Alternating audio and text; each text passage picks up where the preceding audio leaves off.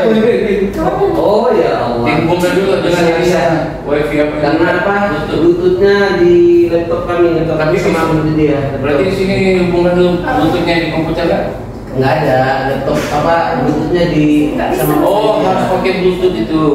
Oh itu di bawahnya, di bawahnya coba. ada. Masukin dulu Bluetoothnya dulu. Ya, masih bingung. Oh.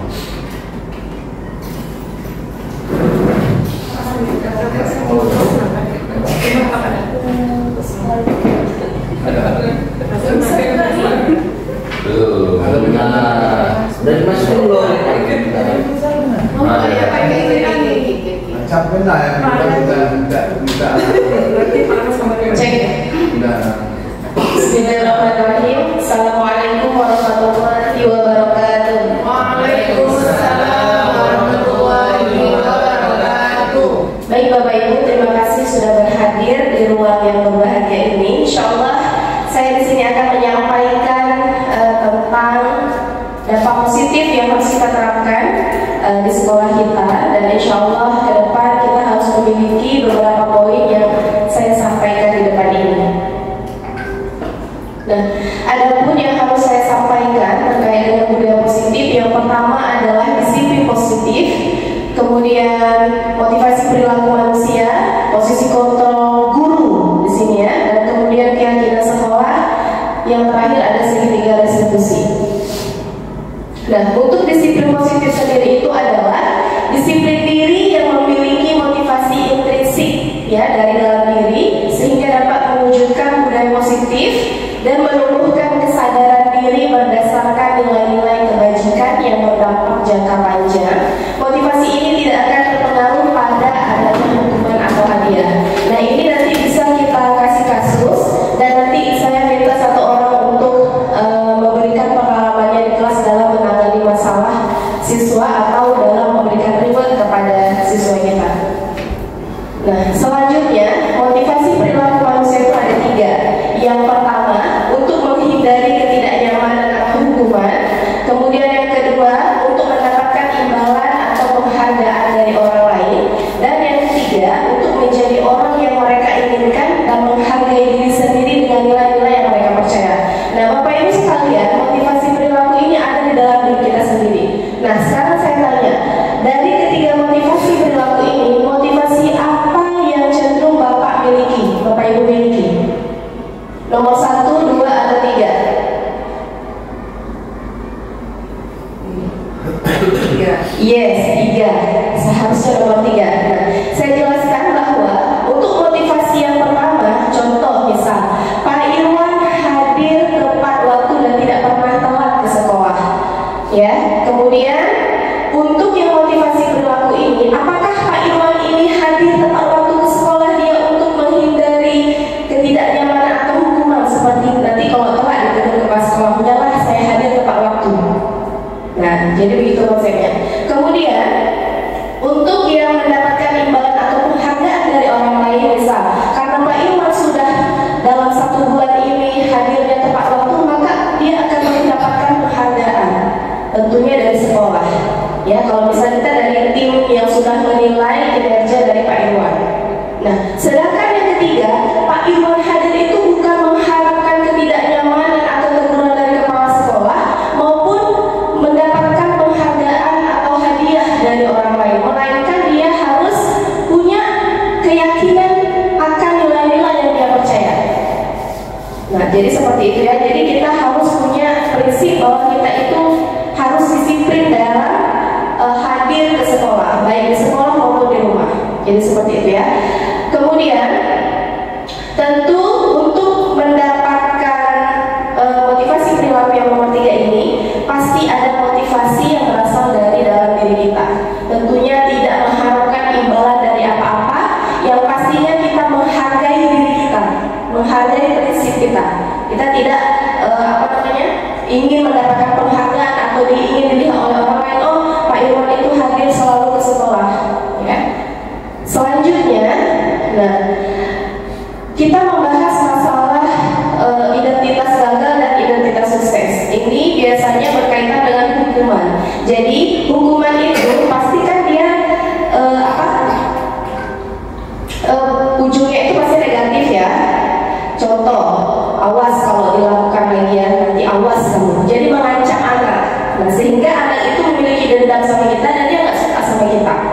Nah, ini adalah identitas gagal. Sedangkan yang dikatakan dengan identitas sukses itu adalah adanya konsekuensi dan restitusi. Yang ingin kita capai di sekolah kita ini adalah bagian dari restitusi. Ini yang harus kita terapkan. Nah, untuk yang konsekuensi, lakukan apa yang saya katakan. Misal, pelajaran olahraga PJOK, tidak memakai baju olahraga. Berarti Pak Ran suruh anaknya keliling lapangan. Kira-kira itu masuk konsekuensi atau hukuman? Iya, konsekuensi. Karena kan berhubungan dengan mata pelajaran kan, olahraga, keliling lapangan. Oke ya. Selanjutnya ada restitusi. Nah, ini berbentuk positif. Contoh, apakah hal ini yang sesungguhnya kamu lakukan? Untuk restitusi ini ada bab tersendiri. Nanti di akhir akan saya jelaskan bagaimana konsep pelaksanaan restitusi yang harus kita miliki dan harus kita terapkan kepada murid-murid kita di sekolah. Nah, sekarang mari kita menjawab. Ini jawabannya, hukuman atau konsekuensi ya. Nomor 1, mencatat 100 kali di buku dengan kalimat saya tidak akan terlambat lagi karena terlambat ke sekolah. Ini masuk hukuman atau konsekuensi? Iya, ini termasuk ke dalam hukuman ya. Kemudian yang soal kedua, membersihkan tumpahan air di meja tulis karena tersenggol pada saat jam pelajaran. Iya, konsekuensi ya. Jadi konsekuensi itu harus relevan ya, harus ada relevansinya. Lanjut. Yang ketiga, membersihkan WC sekolah karena mematahkan pensil kawan. Hukuman atau konsekuensi? Iya, hukuman. Yang keempat, berdiri di depan kelas sambil mengangkat kaki satu karena tidak bisa menjawab pertanyaan. Hukuman. Iya, hukuman karena nggak ada hubungannya ya. Oke, lanjut. Nah, Bapak Ibu sekalian, kita harus menyadari bahwa kebutuhan dasar manusia itu ada 5. Yang pertama ini kebutuhan bertahan hidup. Kita sudah pasti tahu ada kebutuhan fisiologis dan biologis setiap diri kita. Kemudian yang kedua, ada kebutuhan kasih sayang dan rasa diterima. Nah, ini biasanya harus adanya pengen diakui. Contoh, kita ada murid yang di sini lumayan, Masya Allah, Abdil ya. Nah, itu saya rasa dia memiliki 5 kebutuhan dasar ini ya. Dia harus mendapatkan dan harus diakui di sekolah kita. Oke, nomor 3, adanya kebebasan. Kebutuhan akan kemandirian, memiliki pilihan dan kemudian mampu mengendalikan hidup seseorang. Yang keempat, ada penguasaan. Ini biasa lebih ke skill, prestasi anak-anak kita ikutkan lomba. Nah, ini lebih ke penguasaan. Yang kelima itu adalah kesenangan. Kebutuhan untuk mencari kesenangan, bermain dan tertawa. Nah, jadi ini biasa anak-anak yang kinestetik ya. Nah, sekarang kita menjawab pertanyaan ini. Kebutuhan dasar apakah ini? Aku bosan, masa belajar cuma gitu-gitu aja, dengerin ibu guru aja. Ini termasuk apa? Boleh kita lihat di sini. Apakah kasih sayang, bertahan hidup, kebebasan, kesenangan atau penguasaan? Kebebasan. Ini apa? Kebebasan. Aku bosan, masa belajar cuma gitu-gitu aja, dengan ibu guru terus. Apa kira-kira? Kebebasan, memiliki kebebasan. Apa itu? Iya, kebebasan ya, karena memiliki pilihan. Kemudian kebutuhan dasar apakah ini? Ibu guru bilang aku tidak boleh senandung sewaktu mengerjakan tugas. Katanya kelas harus tenang, tidak ada suara, nggak seru jadinya. Ini kesenangan ya. Jadi kebutuhan dasar kesenangan. Jadi dari 5 kebutuhan dasar ini kita harus terapkan juga di sekolah. Anak ini begini-begini campur, cari perhatian, kita harus tahu dia kekurangan kebutuhan dasar apa. Makanya kita sebagai guru mengayomi seperti itu ya. Selanjutnya, kebutuhan dasar apakah ini? Aku senang bisa pergi ke tempat-tempat yang aku suka. Aku senang bisa pergi ke tempat-tempat yang aku suka. Kebebasan. Iya. Kesenangan atau kebebasan? Kebebasan ya. Kebebasan. Aku senang. Bebas. Kita bebas lah. Bebas ya, kita bisa bebas memilih ya, bisa bebas memilih tempat yang kita sukai ya. Oke, yang paling penting di sini Bapak Ibu sekalian, posisi kontrol restitusi. Jadi restitusi ini artinya mengembalikan murid kepada posisi dasarnya. ya. Yang pertama, sebagai penghukum. Yang kedua, pembuat merasa bersalah. Yang ketiga, posisi kita sebagai guru, sebagai teman. Yang keempat, posisi kita sebagai pemantau. Dan yang kelima, posisi kita sebagai manajer. Di antara Bapak Ibu semua sekalian, di sekolah, Bapak Ibu sebagai posisi apa di sini? Manajer. Pemantau. Sebagai pemantau. Selain itu,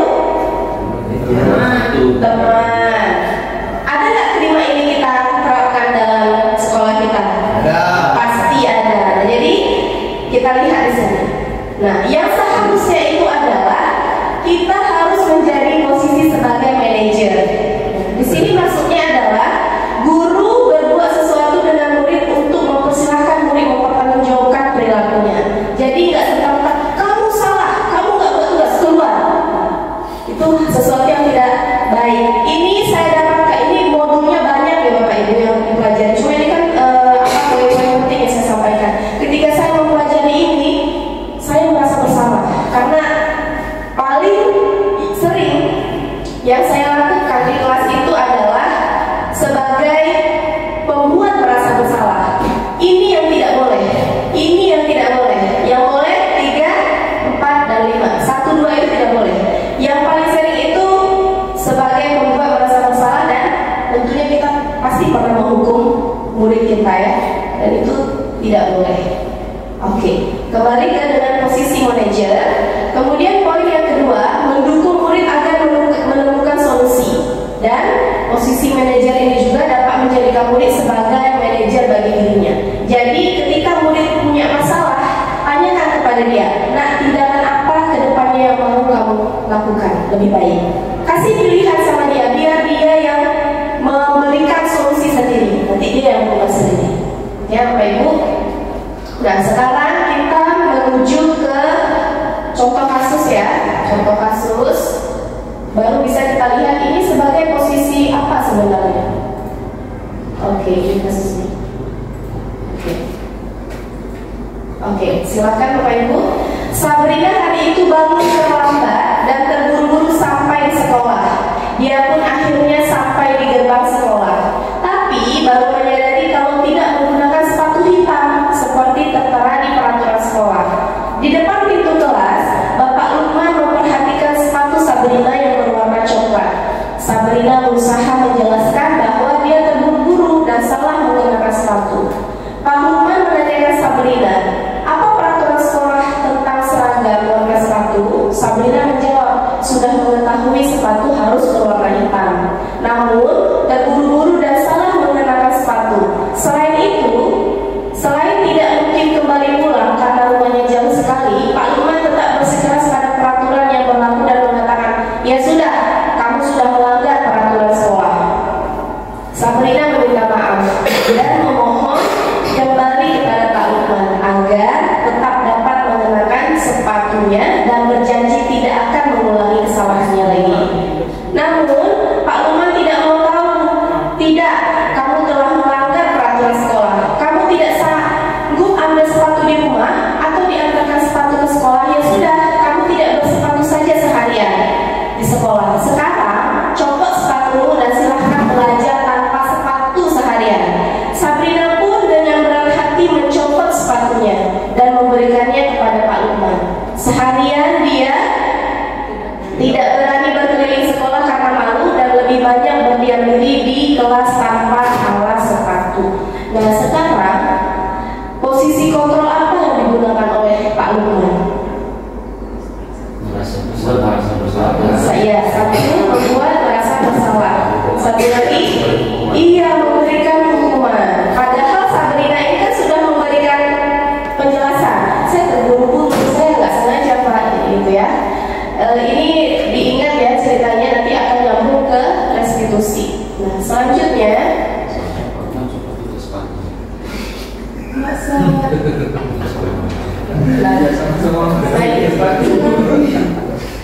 lanjut. Nah, keyakinan kelas. Bapak Ibu sekalian, apa perbedaan peraturan dengan keyakinan kelas? Ada yang tahu? Peraturan itu artinya apa? Perbuatan yang harus dipatuhi bersama-sama. Iya. Dan peraturan itu siapa yang buat? Atasan. Atasan. Atasan. Boleh terlibat tidak? Sama. Iya, baik. Untuk peraturan itu biasanya dibuat oleh guru atau kepala sekolah ya, tidak melibatkan murid. Sedangkan keyakinan kelas ini adalah timbul dari peraturan-peraturan yang sudah dibuat. Biasanya peraturan kelas itu dia seperti kalimat perintah, dilarang buang sampah. Kan nggak boleh lagi ya, Bu bahasa Indonesia ya, Bu Pak dan Bu Cika ya. Bisa ngeri. Ya kan dilarang buang sampah. Tapi kalau diubah menjadi keyakinan, maka jadinya kelas bebas dari sampah. iya betul, itulah yang seharusnya kita terapkan di sekolah kita. Jadi nanti bisa jadi masukan juga ya untuk kita semua, khususnya di semua waka. Kalau bisa peraturan itu bukan peraturan lagi namanya, tapi keyakinan sekolah atau keyakinan kelas yang dia itu bersifat pernyataan positif yang universal. Dan di situ ada nilai-nilai kebajikannya. Contoh, tadi dilarang menyontek. Dilarang menyontek itu adalah peraturan kelas. Dilarang menyontek. Kalau kita mau mengubahnya menjadi keyakinan kelas, maka menjunjung tinggi nilai kejujuran, ya kan? Menjunjung tinggi nilai kejujuran. Di mana letak nilai kebajikannya? Jujur. Nah, jadi untuk membuat peraturan sekolah, peraturan kelas itu harus menggunakan ini ya Bapak Ibu, keyakinan kelas atau keyakinan sekolah. Tidak lagi namanya itu peraturan kalau di modul 1.4 itu memang materi calon guru penggerak, ya guru penggerak. Dan ini saya sampaikan supaya pelan-pelan kita bertahap untuk bukan mengubah ya, tetap kita diskusikan karena kita sekolah swasta, maka diberikan hak dan wewenang kepada sekolah kita. Apa kita mau mengadopsi keyakinan ini sebagai bentuk perubahan dari peraturan atau tetap kita membuat peraturan? Ya, jadi seperti itu ya Bapak Ibu. Kemudian, nah, segitiga restitusi. Nah, jadi tujuan daripada segitiga restitusi ini adalah menjadikan murid bertanggung jawab dan mandiri dalam menyelesaikan permasalahan. Untuk segitiga restitusi ini kita punya 3 tahapan. Yang pertama menstabilkan identitas, yang kedua validasi tindakan yang salah, dan yang ketiga menanyakan keyakinan. Ya Bapak Ibu, dan ini sudah dipraktekkan di kelas 5 ya, terkait dengan khusus kelas 5B ya, karena kelas 5B Masya Allah luar biasa masalah yang timbul, jadi kita selesaikan pakai 3 langkah ini. Bagaimana maksud dari menstabilkan identitas? Maka kita lihat dari contoh kasus ya, Abdil misalnya, atau buat saya kelas kecil ya, yang kelas 6 Pak Iwan, kelas 6 kemarin dari Pak Ibu ya, kelas nasi kan. Kira-kira masalah apa yang dialami oleh Sebenarnya masalah pakai mana? Tadi lah, promosi ya. Promosi ya. ini apa yang Mas? Tinona. Hah? Satu Ini paling bawah. Tinona tuh ya? Bahkan nggak boleh ada orang. satu Mantap. baru Kayaknya bisa. Nasib sekali nasib. saya dipanggil kemudian tentang Mas Namdi, saya sendiri bingung karena pada saat itu saya protes apa masalahnya, karena tidak ada masalah yang terlalu besar, masalahnya hanya seperti anak-anak yang lain, hanya tinggal di tidak karena kita saya juga bingung pada saya tanya sama dia kalau tentang perkataan kasar, kotor itu hampir anak-anak karena pengaruh dari lingkungan, hanya saja kita tetap mendampingi. Makanya kemarin saya tanya sama dia, anak ini tidak terlalu besar, sama seperti anak-anak yang lain, saya bilang. Tapi kok harus masuk ke BK? Karena kan tidak ada, kita belum ada mana pelanggaran berat, sedang, ringan. Nah kalau hampir anak-anak, makanya saya bilang kemudian kalau seandainya standar dia harus masuk UBK, maka banyak yang masuk UBK. Saya bilang karena memang cuma kata-kata kotor, kasar, kemudian tugas tidak selesai. Nah itu kan hampir kebanyakan anak-anak ya, apalagi anak-anak laki-laki. Kalau kita mensetarakan anak laki-laki sesama anak perempuan, ini persepsi guru yang salah dalam membimbing anak-anak. Karena terkadang kita guru ketika sudah melihat kelas cowok itu udah ngobrol sendiri kita, ini anak bandel. Apalagi ada satu dua orang anak yang memang betul mungkin lebih dari yang lain, terus kita ngobrol ini bandel. Jadi ketika masuk kita sudah meyakini anak ini bandel, padahal nggak ini adalah bagi kami sebagai wali kelas biasa-biasa aja. Maksudnya kami masih bisa menangani, karena di kelas lain juga mungkin ada yang lebih parah. Itu kenapa bisa sampai ke kepala sekolah? Saya juga nggak tahu. Makanya sebenarnya jadi perdebatan waktu itu saya dengan kepala sekolah. Masalahnya apa? Karena mengukul anak lain sampai berdarah enggak. Kemudian ya kami bilang cuma masalah tugasnya enggak ketika ada pelajaran tidak selesai. Ya langsung saja mungkin matematika dia tidak ini. Mungkin tidak suka matematika, walaupun tidak boleh juga dia harus selesai. Tapi apakah hanya seperti itu tidak? Karena dia tidak sanggup tidak mampu dengan matematika, terus kita bilang kita masuk ke UBK kan enggak kan? Nah, kita butuh damping saja tidak. Jadi seperti itu. Jadi makanya kemarin saya bingung juga nih, kenapa anak kelas 6C dipanggil ke UN padahal masalahnya biasa-biasa aja, sama seperti anak yang lain. Karena kalau saya masuk kelas lain juga anak cowoknya sama juga, karena memang cara mereka bercanda, cara mereka berinteraksi itu hampir sama semua. Nah, jadi bahkan ada laporan yang lebih parah nanti di luarnya kan, maksudnya sampai nikah tadinya adik-adik kelas gitu kan, maksudnya walaupun bercanda. Jadi saya bingung kalau ditanya kenapa kelas nanti kemarin dipanggil, kan memang saya tidak tahu pelanggaran berat apa yang dilakukan nanti. Jadi seperti itu Bu Hendra. Baik Pak Irwan. Nah jadi segitiga restitusi ini bukan hanya digunakan untuk murid, tapi juga sesama rekan guru, termasuk Pak Irwan dengan Bu Ir. Nah, bagaimana cara menstabilkan identitas guru atau murid yang bermasalah? Maka tanyakan dulu. Contoh, Bu Cici, tadi Bu Cici saya dengar dari Bu Irma bahwa Bu Cici ini terlambat atau telat hadir masuk ke dalam kelas.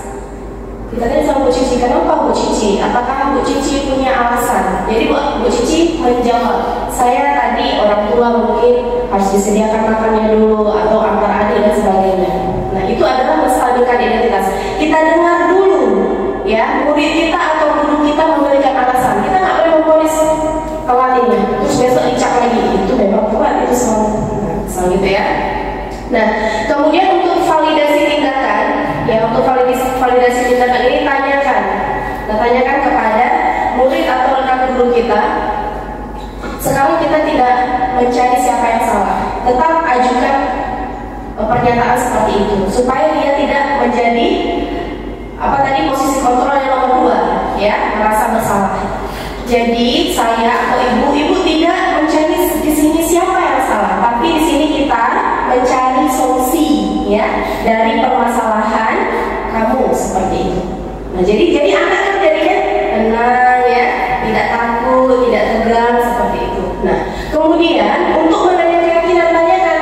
Nah karena tadi ibu sudah menanyakan, sekarang ibu tanya sama kamu keyakinan kelas atau tadi kan kita di sekolah aturan. Nah, karena di sini keyakinan, maka kita tanya keyakinan kelas apa yang sudah kamu langgar. Nanti dia jawab sendiri, saya ribut Bu. Nah oke. Seharusnya keyakinan kelas kita menjaga kenyamanan orang lain. Nah jadi dia jawab sendiri, saya sudah ribut. Nah kita tanya lagi, jadi ke depan seperti apa? Saya tidak mengganggu kenyamanan orang lain lagi Bu. Pasti dia jawab, atau saya tidak mengganggu teman, atau saya dulu jalan ke sana ke sini. Jadi kasihkan pilihan dan solusi kepada murid kita. Jangan kita langsung mengambil keputusan, besok kamu jangan lagi jalan-jalan, duduk, diam. Bentar lagi dia. Nah, ketika kita sudah memberikan solusi, pastikan nanti insya Allah pelan-pelan akan berubah ya. Nah, itu terkait dengan menanyakan keyakinan. Jangan lupa di setiap akhir penyelesaian masalah kita kasih motivasi. Nah, ke depan nanti ketika ibu melihat kamu melakukan itu lagi, nanti ibu panggil ya, kita diskusi sama-sama, kita selesaikan sama-sama. Jadi anak merasa dia itu disayangi, diperhatikan. Nah, jadi kembali kalimat kebutuhan dasar. Kenapa anak itu melanggar? Kenapa anak itu aktif seperti Abdul? Berarti ada kebutuhan dasar yang dia tidak dapatkan di rumahnya. Nah, itu yang perlu kita perbaiki ya, harus kita sadari. Kita juga kurang perhatian ya. Kurang perhatian, tapi kita harus memperhatikan murid kita. Itulah salah satu bentuk ini kita ya. Bentuk kelebihan yang kita miliki sebagai guru. Jadi guru itu harus dengan niat yang ikhlas, bukan hanya sandiwara, tapi dia memang untuk ikhlas untuk melakukan perubahan ya. Segitiga restitusi ini ya, yang pertama menstabilkan identitas, validasi tindakan yang salah dan menanyakan keyakinan ini. Mulai hari ini Bapak Ibu sudah mendapatkan materi ini, ayo kita terapkan bersama ya.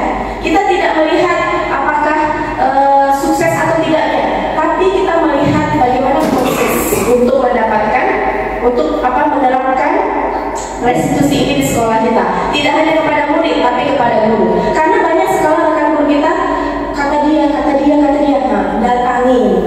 Kenapa? Kita kan nggak tahu, dari mulut ke mulut pasti kan sudah ada redaksi yang ditambah, redaksi yang dikurang, redaksi yang diubah. Daripada kita menimbulkan dosa, datangi, tanya betul seperti ini.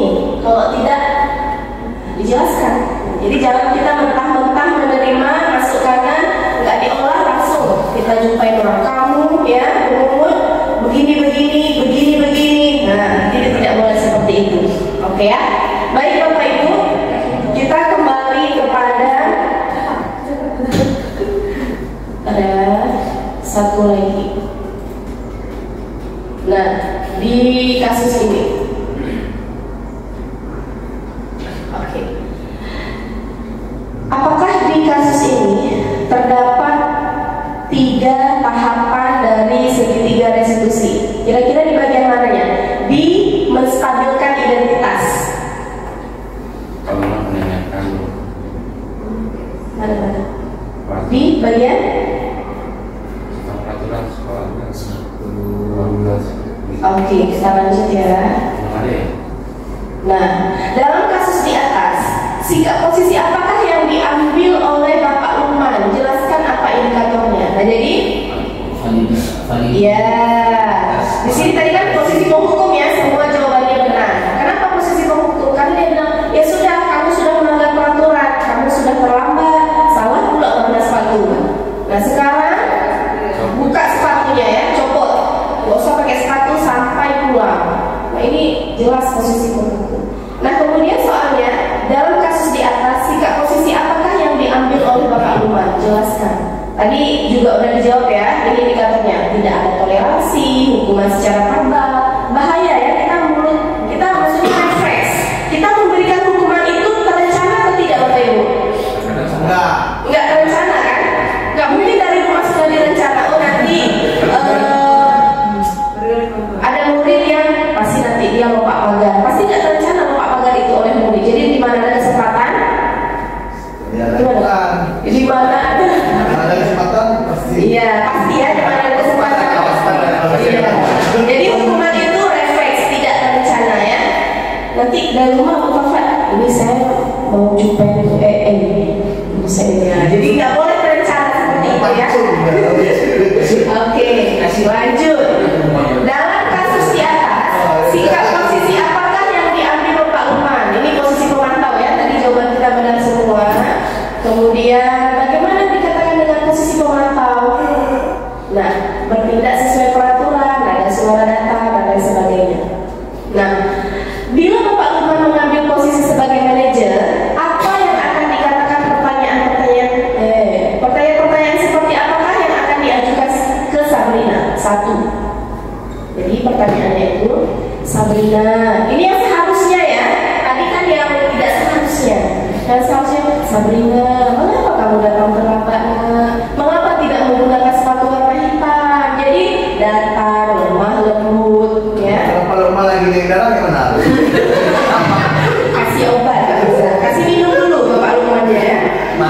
Tidak kami ya, aduh.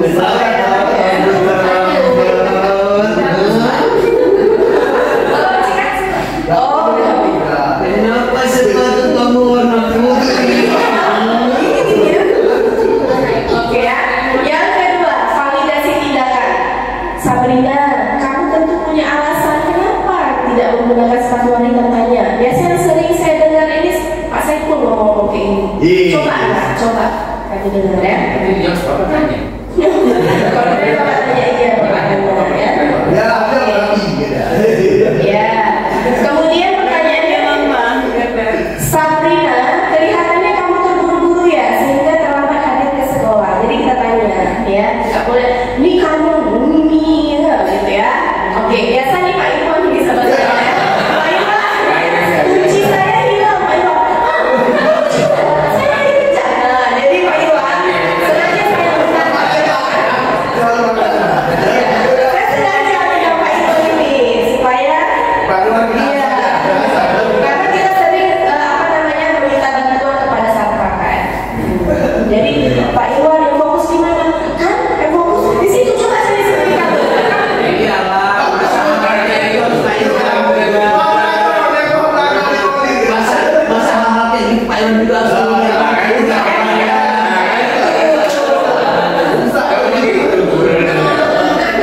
ya kita harus relevan aja ya kan. Masa kita harus turun ya kan kita telepon. Sudah keluar jawabannya. Coba lihat di apa di lemari ada nggak? Coba lihat di aula ada nggak? Tapi Pak Iwan kalau mau ini tetap dibantu ya. Terima kasih ya Pak Iwan. Dari Pak Mawar. Yang ketiga, menanyakan keyakinan. Apa yang kamu yakini dengan keyakinan sekolah? Keyakinan sekolah apa yang telah kamu langgar? Kita tanya, bagaimana cara kamu memperbaiki? Jadi kita lontarkan ini biar murid yang jawab. Kita nggak usah kasih jawaban sama mereka. Jadi mereka jawab sendiri. Apa yang kamu yakini dengan keyakinan sekolah? Harus pakai warna hitam, sepatu warna hitam. Kemudian keyakinan sekolah apa yang telah kamu langgar dan bagaimana cara kamu memperbaikinya. Jadi kita kasih solusi kepada mereka untuk mengatasi permasalahannya sendiri lah. Kira-kira bila Bapak Ibu ya sebagai kepala sekolah ya, ini calon-calon kepala sekolah titip ya, nilai kebajikan apa yang ingin dituju oleh peraturan harus berwarna hitam selain yang di depan Bapak Ibu? Disiplin sudah pasti, tanggung jawab sudah pasti, mandiri sudah pasti. Bersama. Apa ya, kebersamaan. Apalagi kenapa harus berwarna hitam? Kenapa enggak mereknya pun sekolah kita boleh beda merek tapi yang penting warna hitam. Kenapa kira-kira? Keberagaman. Apalagi Bapak Ibu? Kesetaraan ya, kesetaraan sosial. Jadi di sini tidak ada kaya miskin, mereknya Gucci, mereknya Chanel, mereknya ini. Jadi makanya kita harus warna hitam ya. Gimana gurunya ada ini saling apa bersaing. Enggak ada. Oh, tasnya. Tapi kita sama-sama ya. Iya, di rumah ya. Mereka buta. Oke, baik. Nah, kira-kira bila Bapak Ibu tadi ada di pas sekolah, bagaimana Bapak Ibu menyikapi langkah yang diambil oleh Pak Lukman? Bapak kan jadi kepala sekolah, ya. Bapak Ibu jadi kepala sekolah misal.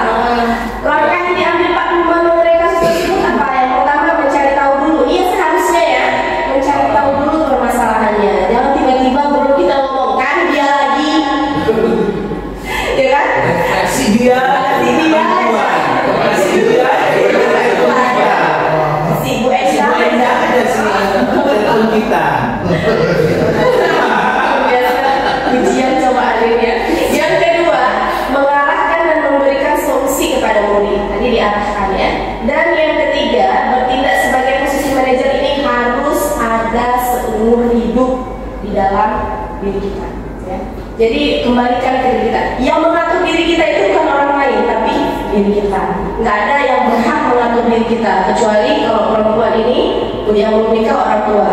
Kalau yang bersuami, suaminya. Kalau misalnya laki-laki, wajib mengatur istrinya di rumah ya, jangan terbengkalai. Bapak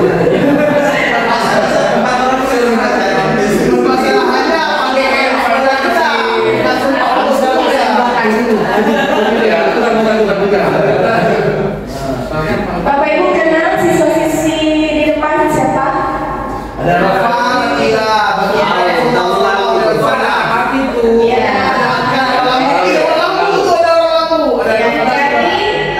alhamdulillah setelah saya Pak Makmur Bu Islah, kami kan satu kelas sama Pak Makmur. Alhamdulillah sekolah kita SDIP Nurul Islah ini selalu menonjol ya ketika ada ruang kolaborasi, kemudian di lokakarya SDIP itu the best ya, dan itu pasti kami nggak bisa seperti ini kalau tanpa bapak-bapak ibu sekalian. Masya Allah. Ya, jadi siswa-siswa kita juga luar biasa. Program-program sekolah kita, alhamdulillah kemarin di lokakarya 1 sudah diadopsi, nggak apa-apa ya, diadopsi sama orang mereka bagus ya, diadopsi oleh SMP dan SMA serta TK.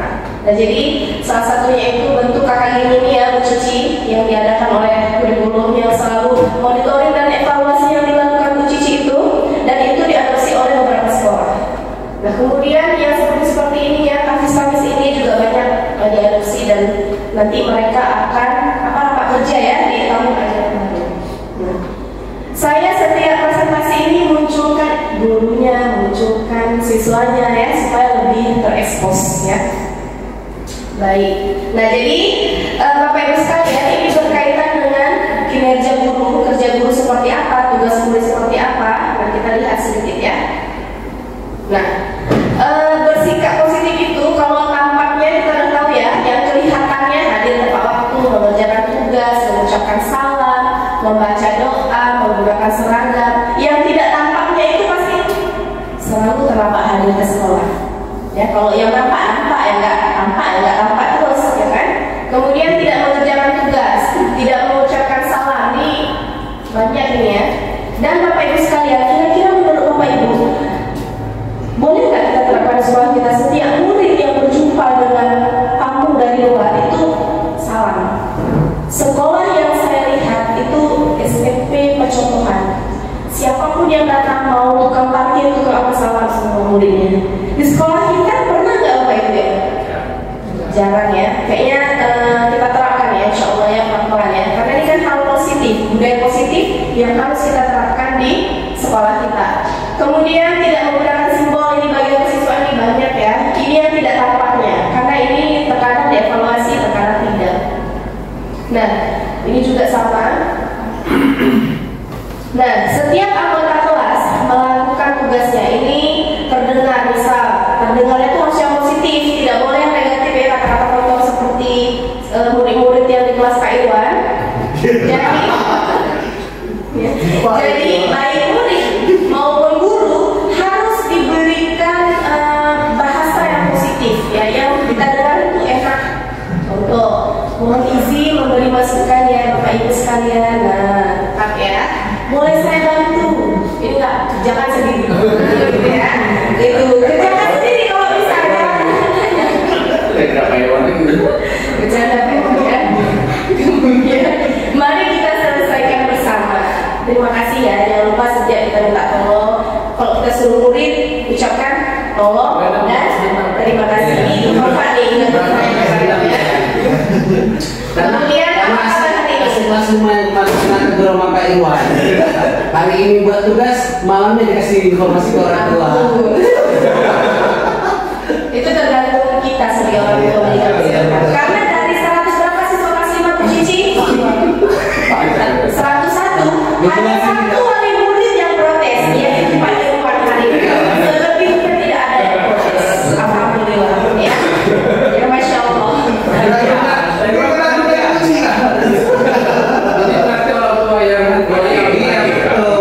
Kita memposisikan diri sebagai orang tua dan sebagai guru. Kalau orang tua lain nggak berani, kalau Pak Irwan masih berani. Lagi expired, kalau maksudnya. Kemudian yang terlihat seperti apa? Kalau ada murid harus memperhatikan kita dengan baik, mengerjakan tugas yang diberikan guru, dan perilaku yang harus kita terapkan baik guru maupun murid tetap harus ramah dan sopan, tidak pilih-pilih ketika kita mau senyum.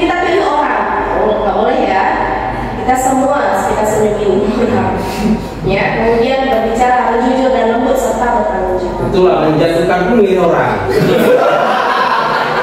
Menterinya. Bukan, kan harus ada contoh gitu. Ini rekam baik luar biasa. Malu menunjuk. Mana yang tadi lah? Itu mana gitu? 5S apa? 5S itu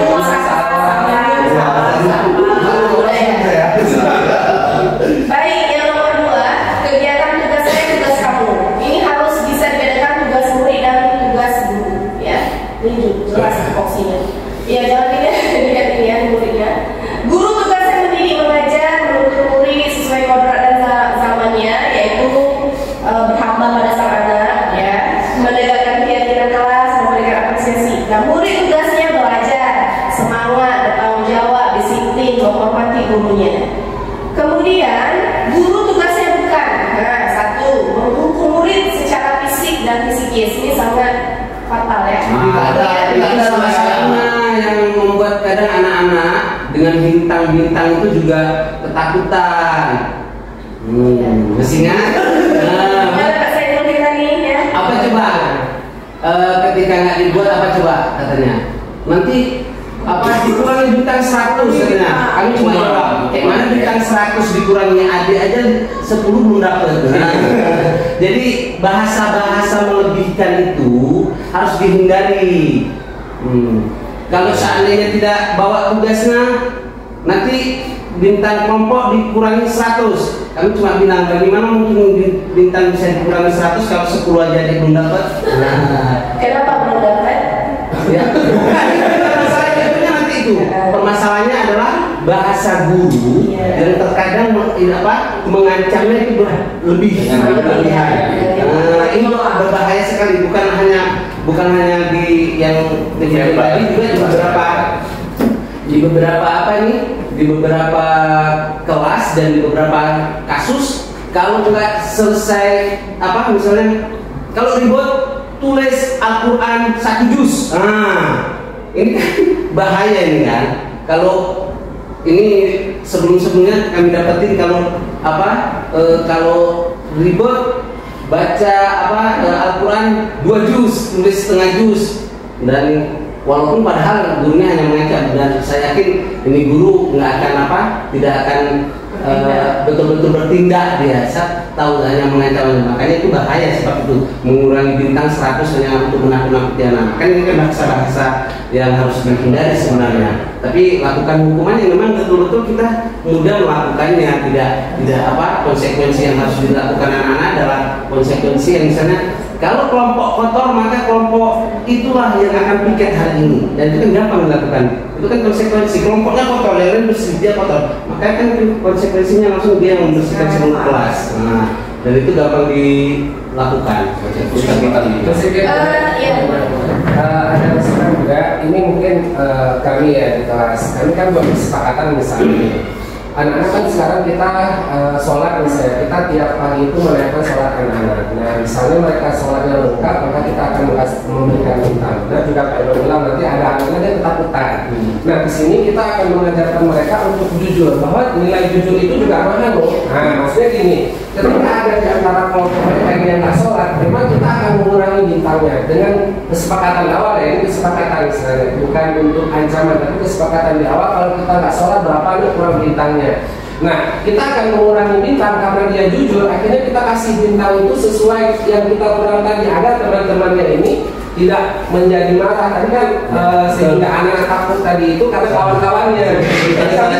Di kelas gitu. Jadi ketika anak-anak nggak sholat karena dia berani jujur, maka akan kami ganti bintang itu yang tadi dikurang dengan dia jujur, nilai jujurnya ini kami buat imbang, sehingga kan nggak ada yang terkurangi dan kawan-kawannya aman. Jadi dia tidak menjadi betah, dan besok-besok karena ini dia berani untuk jujur, walaupun dia memang nggak sholat, dia akan mengatakan saya nggak sholat. Tapi kalau seperti Pak Iwan bilang tadi, ketika kita kurang dan dia dicaci oleh kawan-kawannya, besok-besok dia nggak jujur lagi. Nah itu salah satu yang kami buat agar mereka terus jujur walaupun mereka memang kita akan kasih tahu sholat ini memang nggak wajib tinggal ya, ini misalnya kami kan kakak ini udah membuat kesalahan, ini kesalahan ini meninggalkan sholat memang harus dikasih bintangnya sebagaimana kita sepakat harus dikurangi, tapi karena jujur maka diganti. Maksudnya kita harus mengimbangi antara dua ini biar mereka pun merasa nyaman dengan apa yang sudah disepakati. Kalau yang tadi itu kan tergantung kita, karena kejujuran kita kan nggak sepakat di awal, ini kan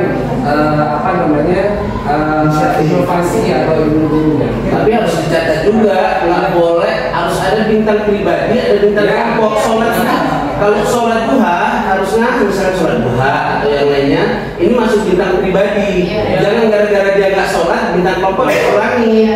Nah, karena kan ini kan masalah ibadah kan. Jadi ya seperti itu. Jangan nanti dia nggak sholat duha berarti pasti akan jadi sasaran bully. Karena kemarin Rahman ada anak kelas 4 atau kelas 5 ya, kelas 5 yang hitam-hitam yang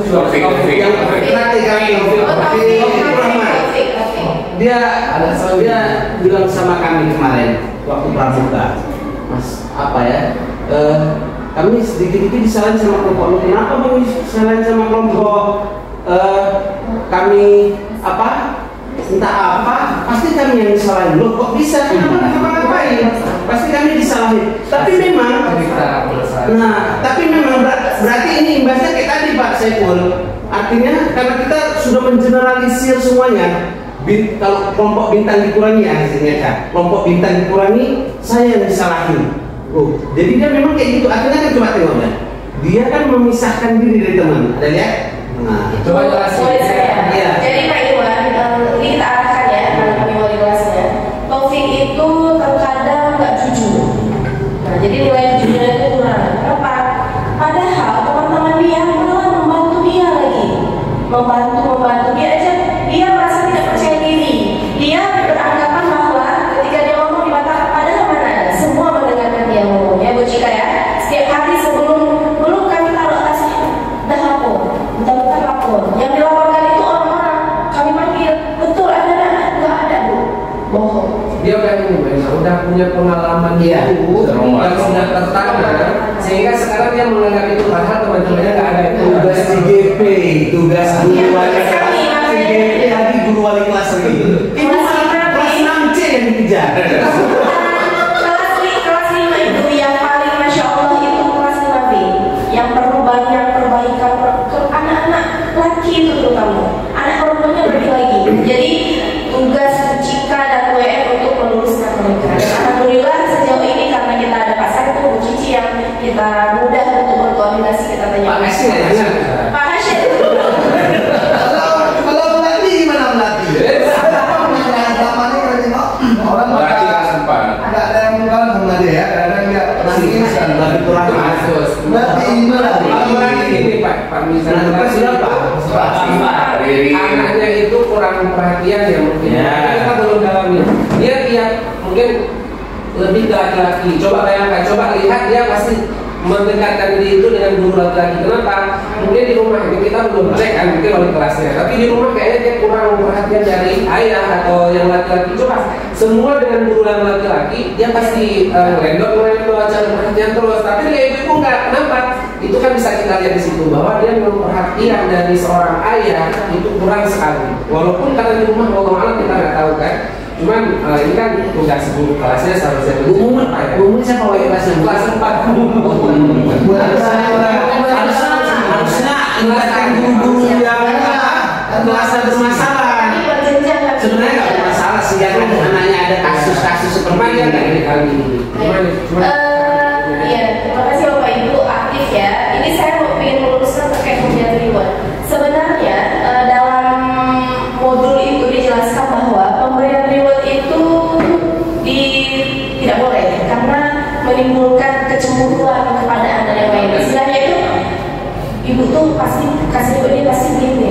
Jadi tergantung dia. Jadi sebelum kita memberikan reward, kita buat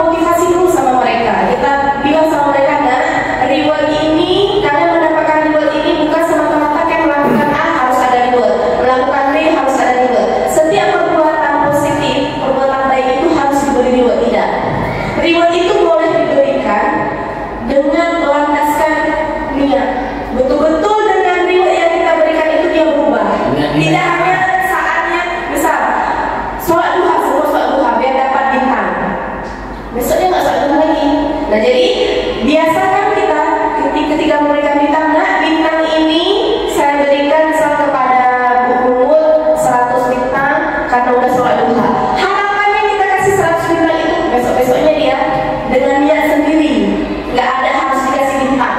So, jadi seperti itu ya. Jadi berikan pemahaman kepada murid kita supaya murid kita ini setiap ada kebaikan kasih bintang, jangan. Seperti itu Bapak Ibu ya. Baik, materi kita sudah selesai ya Bapak Ibu. Terima kasih atas partisipasinya, terima kasih atas waktunya yang sudah diberikan. Alhamdulillah, semoga apa yang didapatkan hari ini pelan-pelan kita terapkan ya Bapak Ibu terkait dengan posisi kontrol guru dan kebutuhan dasar, dan satu lagi restitusi, menstabilkan identitas, menanyakan keyakinan, validasi tindakan dan menanyakan keyakinan. Baik, siap Bapak Ibu?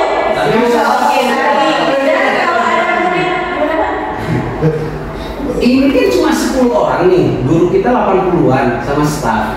Makanya itu harus konsep satu kegiatan nanti di raker ini harus dibahas. Jangan jadi CGP cuma untuk memenuhi tugas CGP aja. Jadi gini, nanti dipotong ya rekamannya ya. Dipotong. Nanti patungan ya, Maksudnya bukan CGP, maksudnya gini, jangan menjadi sekedar karena Bu apa? Karena Bu Endang tugas CGP, jadi syuting, upload, kirim, itu sudah selesai. Tapi tugas Bu Endang adalah bagaimana merumuskan konsep satu kegiatan di mana guru-guru juga sampaikan hal-hal seperti ini. Salah satu contohnya adalah di raker nantinya. Bu Endang kan salah satu guru bidang kurikulum kan. Nah, bolehnya apalagi ada Pak Saiful, ada HRD kan. Jadi nanti usulkan di raker jangan lagi ngomong tentang program sarprap, kurikulum, programnya ABC, nggak usah lagi. Tapi apa yang dilakukan di awal semester dari untuk karakternya apa yang harus kita bina, kemudian apa guru harus ngapain, siswa harus ngapain. Jadi itu kan harus disampaikan, harusnya seperti itu. Jadi nggak sekedar menyampaikan nyampaikan program praktek dari misalnya boleh. Nggak usah saya nanti direktur pasti orang kan nih kerja ini mungkin hasil dari CDP akan disampaikan ke teman-teman. Apa misalnya bukan yang ini kurikulum yang maksudnya gini, kurikulum yang ada program khusus enggak hari misalnya jam sekian kita rapat korjen mempersiapkan, masing-masing korjen mempersiapkan program kelasnya, baik dan program misalnya program karakternya apa yang harus disiapkan ketika anak masuk, ketika anak ketemu yang lain, ketika dan lain sebagainya. Itu harus dibahas sebenarnya. Jadi memang di awal harus presentasi sebenarnya, kesepakatan ya. Baik, jadi Pak Irwan, kita kan punya CGP 3. Jadi guru yang sudah ikut di sini 10. Nanti tambah 4 Pak. 10 ini kan masih ada Pak Akul sama Bu Mufisa, itu 2 lagi. Jadi yang 2 lagi ini tadi 10 guru yang tidak sama gurunya. Dengan hal yang sama. Jadi makanya kita 3 bagi-bagi. Nanti yang udah dapat Ibu Cici semua, ya Pak Rizan, Pak Ram, dan sama saya. Nanti guru yang tidak kena sama Pak Akul atau sama Bu Mufisa. Jadi kita sampaikan semua. Dan nanti di rapat boleh juga nanti kita putuskan keyakinan kelas ya Pak Saiful ya, Bu Cici, Bu Kumul. Kalau lanjut, kalau enggak ya itu ya kita menyampaikan ide aja. Baik ya Bapak Ibu, terima kasih. Ayo kita bully dulu ya. Bully itu anti bullying itu salah satu budaya positif yang harus kita terapkan di sekolah kita. Ayo kita tepuk bully. Ayo bully. Tepuk bully. Ya. Nyanyi bully bisa? Bisa. Bisa ya? Nyanyi bully bisa, tepuk bully belum tahu. Bisa juga. Tepuk bully aja ya. Tepuk bully. Tepuk suli. Tepuk anti bully. Jangan suka menyakiti, Jangan suka menghakimi. Jangan suka caci maki, bully. No. Saya Tuhan. Yes. Oke, jadi kita tes sama-sama ya. 1, 2, 3. Tepuk anti bully. Jangan suka menyakiti, jangan suka menghakimi, jangan suka caci maki, bully. No. Sayang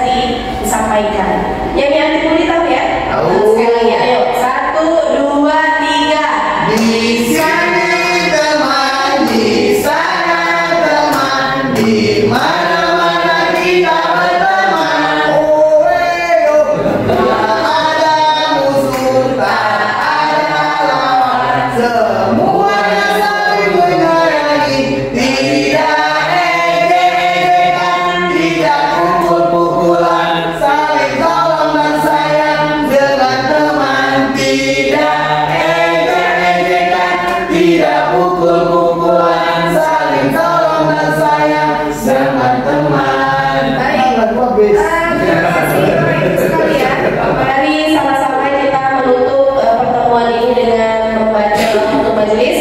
Subhanaka Allahumma wa bihamdika asyhadu an la ilaha illa anta astaghfiruka wa atubu ilaik. Saya calon guru penggerak angkatan ke-9. Terima kasih atas partisipasinya. Assalamualaikum warahmatullahi wabarakatuh. Waalaikumsalam warahmatullahi wabarakatuh. Siap-siap. Terima kasih ya Bapak Ibu ya.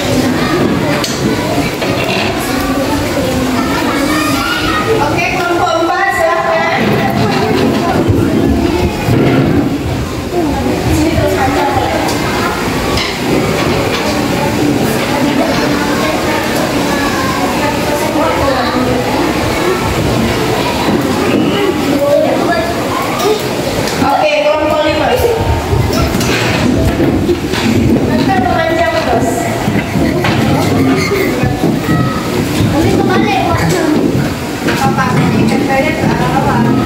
Kepalanya ke bawah, kakinya ke atas. Ini terus agak sini. Habis dari sana. Agak lain.